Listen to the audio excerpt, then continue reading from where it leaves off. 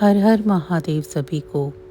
बाबा कपाल भैरव और उनके प्रभाव और कृपा के बारे में जानिए, जिससे कि आप उनकी शक्ति, उनके ऐश्वर्य, उनकी प्रभुता और उनकी उपयोगिता के बारे में जान और समझ सकें। कपाल का शाब्दिक अर्थ खोपड़ी होता है। खोपड़ी न केवल मनुष्यों की अपितु हर प्रकार के जीव की होती है। ये तो हुआ कपाल का सरल सात्विक अर्थ। अब हम बता रहे हैं इसके आध्यात्मिक अर्थ और इसकी उपयोगिता की। कपाल को ब्रह्मरंध्र भी कहा जाता है और अत्यंत सरल भाषा में इसे दिमाग कहा जाता है। भैरव का शाब्दिक अर्थ होता है रक्षा करने वाला या रक्षक।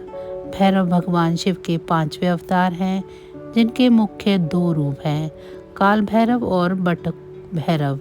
अधिकांश लोग काल भैरव को ही बटुक भैरव मानते हैं, जो कि गलत है। हालांकि दोनों शिव रूप ही हैं, परंतु इनमें अगाध भेद है। अब मैं आपको काल भैरव, बटुक भैरव और कपाल भैरव के जन्म की कथा बताने जा रही हूँ। काल भैरव की उत्पत्ति की कथा पुराणों के अनुसार जब ब्रह्मा और विष्णु में विवाद उत्पन्न हुआ और दोनों एक दूसरे को अपना पुत्र बता रहे थे, अर्थात विष्णु कहते हैं कि ब्रह्मा का जन्म उनसे हुआ है और ब्रह्मा कहते हैं कि विष्णु का जन्म उनसे हुआ है। इसी बीच उनके मध्य में एक अग्नि स्तंभ प्रकट हुआ, जिसने उन दोनों से कहा कि आप दोनों में से जो भी इस अग्नि स्तंभ का और यह छोर पता कर लेगा, वही बड़ा होगा और वही सर्वत्र पूज्य होगा। ब्रह्मा ने एक हंस का रूप धारण किया और विष्णु ने एक वरा का रूप धारण किया। ब्रह्मा ने ऊपर की ओर और विष्णु ने नीचे की ओर प्रस्थान किया। एक समय आने के बाद श्री हरि विष्णु ने यह मान लिया कि इस अग्नि स्तंभ का कोई अंत नहीं है, परंतु ब्रह्मदेव किसी भी कीमत पर अपनी पराजय मानने को तैयार नहीं थे। कुछ ऊपर पहुंचने के बाद वहां केतकी नामक एक पुष्प मिला। उन्होंने उससे कहा, यदि तुम मेरा समर्थन करो तो मैं तुम्हें सबसे महत्वपूर्ण पुष्प की उपाधि प्रदान करूंगा। केतकी ने ब्रह्मा जी की यह बात स्वीकार कर ली और उस पुष्प को लेकर ब्रह्मदेव वापस नीचे आ गए। जब उस अग्नि स्तंभ ने उनसे पूछा कि क्या आप दोनों में से किसी को मेरा छोर मिला, तो इस पर नारायण ने तो मना कर दिया, परंतु ब्रह्मदेव ने कहा कि हाँ, मुझे मिला है और सत्यापन के लिए केतकी पुष्प को प्रस्तुत कर दिया। केतकी ने भी ब्रह्मदेव का समर्थन किया। तब उस अग्नि स्तंभ ने एक पुरुष की आकृति ग्रहण की और प्रकट हुए महाकाल महारुद्र भगवान शिव। उन्होंने ब्रह्मदेव से कहा कि आप असत्य बोल रहे हैं और ब्रह्मा जी को असत्य भाषण के लिए कभी भी न पूजे जाने का श्राप दिया और केतकी के असत्य भाषण के लिए उसे अपनी पूजा में प्रयोग में लाए जाने से निषेध कर दिया। तब ब्रह्मदेव ने क्रोधित होकर भगवान रुद्र को अपशब्द कहना प्रारंभ कर दिया और स्वयं को सबसे बड़ा बताने लगे। उस समय ब्रह्मदेव पंचमुखी होते थे। तब भगवान शिव को आभास हुआ कि ब्रह्मदेव में अहंकार व्याप्त हो रहा है और सृष्टि की रचना में यदि सृष्टि रचना से पूर्व ही अहंकार व्याप्त हो गया तो असमय ही संपूर्ण सृष्टि अहंकार के भाव से ग्रसित हो जाएगी। इसीलिए उन्होंने अहंकार रूपी ब्रह्मदेव के उस 5वें सर को काटने का निर्णय लिया। परंतु इसमें से एक समस्या थी। भगवान शिव इस बात को जानते थे कि यदि उन्होंने ब्रह्मदेव का सर काटा तो उन्हें ब्रह्म हत्या का दोष लगेगा, और यदि उन्हें ब्रह्म हत्या का दोष लगा और उसमें उलझकर वे त्रिमूर्ति से अलग हो जाएंगे और असंतुलन व्याप्त हो जाएगा। इसी कारण सर्वसमर्थ भगवान रुद्र ने अपने ही अंश से एक ऐसे विकराल गण को उत्पन्न किया जो अस्थियों के आभूषणों से सुशोभित थे। उस दिव्य पुरुष को देखकर और उसकी गर्जना को सुनकर ऐसा लगता था मानो लाखों भयानक काले मेघों ने जीवंत रूप लेकर गर्जना की हो। उनकी जटाएं देखकर ऐसा प्रतीत होता था मानो असंख्य भयंकर विषधर हों। उनके मस्तक पर श्वेत त्रिपुण की 3 रेखाएं ऐसी लगती थी कि मानो चंद्रमा ने उनके ललाट पर सुशोभित होने के लिए स्वयं को 3 टुकड़ों में विभक्त कर दिया हो। उन परम उग्र देवता की लंबी भुजाएं ऐसी लगती थी मानो लोह स्तंभ हो। भयानक अष्ट महानाग जिनका यज्ञोपवीत बने इतरा रहे थे। कमर पर बंधे मोटे मोटे घुंघरुओं से ऐसी आवाज आ रही थी जैसे जिससे हृदय विदीर्ण हो जाए। ऐसा महाकाय महाबाहु गण को भगवान शिव ने स्पष्ट शब्दों में कहा कि ब्रह्मदेव के 5वें सर का छेदन करो। इतना सुनते ही उस वीर ने आओ देखा ना ताओ अपने नाखून के एक ही प्रहार से ब्रह्मदेव का 5वां सर उखाड़ दिया, परंतु वो सर उनके हाथ में ही चिपक गया। जब उन्होंने भगवान शिव से इसका कारण पूछा तो उन्होंने उनसे कहा कि यह केवल ब्रह्मा का सर नहीं है, अपितु ब्रह्म हत्या है। इस ब्रह्म हत्या के फलस्वरूप तुम्हें श्रापित होना पड़ेगा। उन्होंने कहा कि तुमने ब्रह्मा के सर को काटकर इस सृष्टि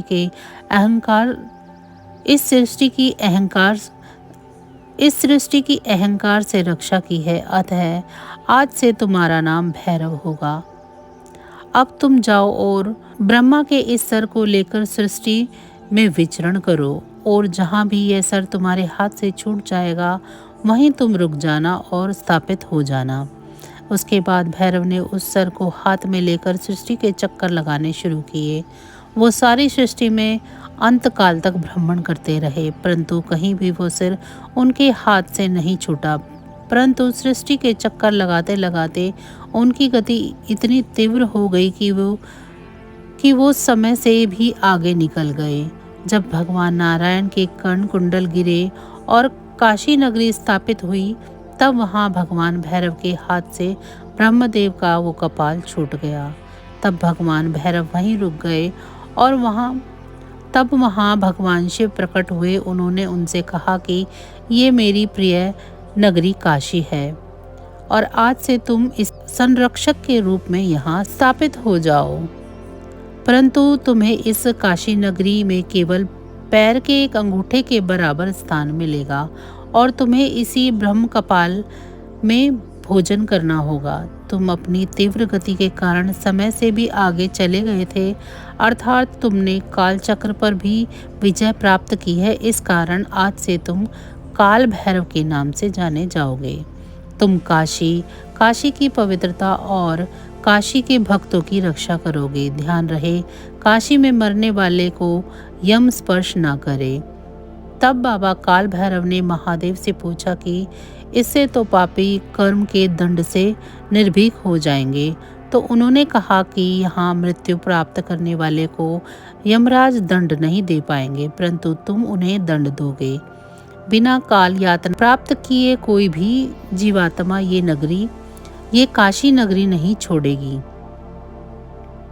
जिस जगह पर वो अग्नि स्तंभ प्रकट हुआ था वो जगह आज के समय में अरुणाचल प्रदेश में स्थित है, और जिस स्थान पर ब्रह्मा का कपाल छूटा वो जगह आज के समय में वाराणसी स्थित कपाल मोचन तीर्थ है। अभी हम बाबा बटुक भैरव की जन्म कथा के बारे में जानते हैं। सभी को उस कथा का ज्ञान तो होगा जब परमेश्वरी महाकाली को शांत करने के लिए परमेश्वर भगवान शिव माता के चरणों के नीचे लेट गए थे। तब माँ काली को जिस पश्चाताप ने घेरा था उसके कारण माता ने भगवान शिव से यह वचन लिया था कि आज के उपरांत वो कभी उनके सामने भूमिशायी नहीं होंगे। तब भगवान ने उन्हें वचन दे दिया, परंतु कालांतर में जब माता ने दारुक नामक असुर का संहार करने के लिए पुनः काली रूप धारण किया और वो नियंत्रण से बाहर हो गई, तो भगवान ने वचन बंधित होने के कारण एक नन्हे से बालक का रूप धारण किया और माँ माँ कहकर काली माँ को पुकारना आरंभ कर दिया। बालक की करुण पुकार को सुनकर माँ काली का हृदय द्रवित हो गया और अपना आक्रोश भूलकर उसे गोद में लेकर लाड प्यार करने लगी, और उनका क्रोध शांत होकर उनका उग्र रूप शांत हो गया। तब उस बालक से माँ ने पूछा कि तुम कौन हो? तो उस बालक ने उत्तर दिया कि मैं शिव हूँ। तुम्हें शांत करने के लिए मैंने ये बटुक रूप धारण किया है। बटुक का अर्थात होता है बाल रूप।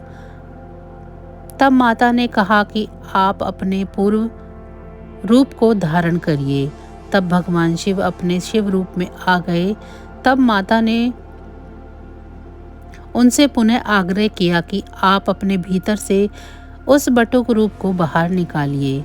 तो भगवान शिव ने उनसे इसका कारण पूछा। इस पर उन्होंने कहा कि उस रूप में आपने मुझे माँ कहा है, आप तो मेरे स्वामी हैं, पुत्र नहीं हो सकते। तब परमेश्वर ने पुनः बटुक रूप को प्रकट किया। तब माता ने उनसे कहा, आपने इस बटुक रूप में संसार की रक्षा की है मेरे क्रोध से, इसीलिए आज से आपको भैरव की उपाधि दी जाती है। आज से आप बटुक भैरव के रूप में पूजे जाएंगे और मेरे पुत्र के रूप में जाने जाएंगे। बटुक भैरव पापियों के काल हैं। उनकी उपस्थिति जहाँ साधकों को सुख का आभास करवाती है, वहीं वो बालक 5 वर्ष की आयु में भी पापियों का काल है। सोचिए कि जिस बालक ने माँ काली के क्रोध को शांत कर दिया, उसके सामने कौन ऐसा है जो अपनी शक्ति दिखाएगा। ये थी बाबा बटुक भैरव की उत्पत्ति की कथा। 2 भैरवों के अलावा कोई भी ऐसा भैरव नहीं है जिनकी उत्पत्ति साक्षात भगवान शिव से हुई हो। रक्षक की भूमिका निभाने के लिए समय समय पर बाबा काल भैरव से ही अन्य सभी भैरवों उप भैरवों की उत्पत्ति हुई है, जिनका मुख्य उद्देश्य माता के विभिन्न रूपों की रक्षा करना ही था। परंतु इन सभी भैरवों में से एक भैरव ऐसे हुए जो काल भैरव को सबसे प्रिय हैं। भगवान काल भैरव ने उन्हें अपने अनुज का स्थान दिया, अपना दंडाधिकारी बनाया, जिनका नाम है कपाल भैरव। आइए चलिए जानते हैं कपाल भैरव की उत्पत्ति की कथा के बारे में। यह कपाल भैरव के जन्म की उत्पत्ति की कथा बताने से पहले मैं आप सबकी बाबा कपाल भैरव की कुछ विशेष बातें बताना चाहती हूँ। और अध्यात्म में सिद्धि की पराकाष्ठा कपाल भेदन क्रिया को माना जाता है। इस कपाल भेदन के मुख्य रूप से 2 प्रतीकात्मक या मुख देवता हैं। सर्वप्रथम है माता छिन्न मस्ता, जिन्होंने स्वयं अपना सिर छेद कर दिया था, और दूसरी हैं भगवान परशुराम की माता और ऋषि जमदग्नि की धर्मपत्नी माँ रेणुका, जिनका सर पिता की आज्ञा से स्वयं भगवान परशुराम ने काट दिया था। इस प्रकार सर्प जागृत कुंडलिनी का प्रतीक होते हैं। उसी प्रकार ये दोनों माताएं, जिस प्रकार सर्प जागृत कुंडलिनी का प्रतीक होते हैं, उसी प्रकार ये दोनों माताएं कपाल भेदन क्रिया की प्रतीक एवं पराकाष्ठा हैं। परंतु शास्त्रों के गूढ़ जानकर इस बात को जानते हैं कि इनके अलावा कुछ और भी देवता हैं जो कपाल के अधिष्ठात्र देवता हैं, जिनमें से प्रथम है माता हिंगलाज। ये 52 शक्तिपीठों में प्रथम है। यहाँ पर माता सती का ब्रह्मरंध्र गिरा था, यानी माता सती का कपाल। और दूसरे हैं बाबा कपाल भैरव, जिनकी उत्पत्ति साक्षात ब्रह्मदेव के ब्रह्म कपाल से हुई थी। इन्हीं बाबा कपाल भैरव की कथा अब मैं आपको बताने जा रही हूँ। जैसा कि मैंने काल भैरव के जन्म की कथा सुनाते हुए बताया है कि कपाल भैरव की कथा इनके अंत से संबंधित है। उसी के आगे से मैं बाबा कपाल भैरव की कथा शुरू कर रही हूँ। जब बाबा काल भैरव को महादेव द्वारा काशी में स्थापित किया गया, तो ये सोचने लगे कि भगवान ने मुझे दंड देने का कार्य तो दे दिया, परंतु मैं दंड दूंगा कैसे, क्योंकि मुझे कैसे पता चलेगा कि कौन सा व्यक्ति सही है और कौन सा व्यक्ति गलत। तब उनकी नज़र पड़ी ब्रह्म काल के ऊपर। उनके मन में ये विचार आया कि ब्रह्मदेव के इस सर के कारण मुझे मेरे पाप का दंड मिला, तो क्यों ना ऐसे ही गण की रचना की जाए जो व्यक्ति के अच्छे बुरे का निर्णय कर सके और उनके कर्मों का हिसाब से उसे दंड प्रदान कर सके। तब उन्होंने उस ब्रह्म कपाल के एक हिस्से को तोड़ा और अपनी योग शक्ति से उस कपाल में अपनी कुंडलिनी ऊर्जा को जागृत करके उसे एक जीवंत रूप प्रदान किया। उस कपाल के अंश से जिस गण का प्रकट्य हुआ वो गण अत्यंत भयानक थे, साक्षात दूसरे काल भैरव के समान ही प्रतीत हो रहे थे। उनके हाथों में जो त्रिशूल था उसमें से विद्युत निकल रही थी। हड्डियों के टकराने का सा उनका अट्ठास था। उनके मस्तक पर तीसरा नेत्र विद्यमान था। परमेश्वर शिव के समान ही वो सर्पाभूषण धारण किए हुए थे। उनके एक हाथ में कपाल था तो दूसरे हाथ में त्रिशूल। भगवान काल भैरव ने उन्हें देखते ही प्रसन्नता से उन्हें अपने हृदय से लगा लिया और उनसे कहा कि तुम ब्रह्मदेव के खंडित कपाल से प्रकट हुए हो और तुम्हारे अंदर मेरे कपाल की ही ऊर्जाएं हैं, अतः आज से तुम्हारा नाम कपाल भैरव होगा।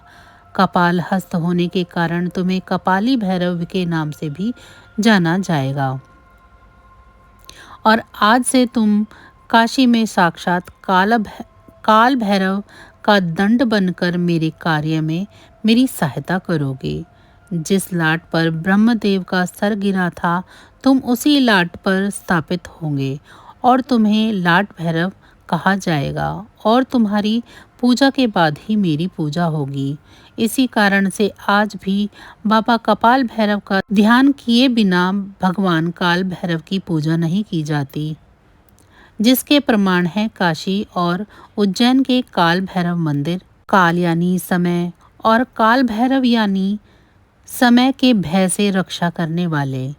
बाबा काल भैरव और ब्रह्मदेव के ब्रह्म कपाल से प्रकट होने के कारण बाबा कपाल भैरव त्रिनेत्रधारी और त्रिकालदर्शी देवता हैं। ये अत्यंत शीघ्र प्रसन्न होने वाले देवता हैं और बिना साधक का अहित किए हुए ये उनके साथ रहते हैं। इनकी पूजा और आराधना करने वाला व्यक्ति सदैव सुखी रहता है। भगवान कपाल भैरव कपाल से प्रकट होने के कारण कपाल तत्व के इष्ट देवता हैं। जैसा कि आप सबको मैंने बताया था कि साधना क्षेत्र में कपाल भेदन क्रिया कितनी आवश्यक है, परंतु लोग इसे जल्दी से सिद्ध नहीं कर पाते, कारण कि उन्हें पता ही नहीं होता कि कपाल भेदन क्या होता है और किस देवता की कृपा से वो कपाल भेदन क्रिया संपन्न हो सकती है। कलयुग में 3 देवता ऐसे हैं जिन्हें मुख्य रूप से जागृत माना गया है, जो समस्त कलयुग में मानव कल्याण का भार वहन करते हैं, और वे तीनों देवता हैं भगवान श्री हनुमान, भगवान श्री भैरव और माता श्री महाकाली। जागृत होने के कारण भैरव कम साधना उपासना में भी साधक को फल दे देते हैं और बाबा कपाल भैरव के आशीर्वाद से आप कपाल भेदन क्रिया को भी संपन्न कर सकते हैं। तो बस आज की जानकारी इतनी ही थी। फिर मिलेंगे हम आपको ऐसी ही किसी अन्य जानकारी के साथ अगली वीडियो में। तब तक अगर आपको मेरी ये जानकारियाँ अच्छी लग रही हैं तो वीडियो को लाइक करें। चैनल को सब्सक्राइब नहीं किया है तो चैनल को सब्सक्राइब कर लें और कमेंट बॉक्स में हर हर महादेव ज़रूर लिखें। इसी के साथ भगवान भोलेनाथ की कृपा दृष्टि आप सभी पर सदैव बनी रहे। धन्यवाद।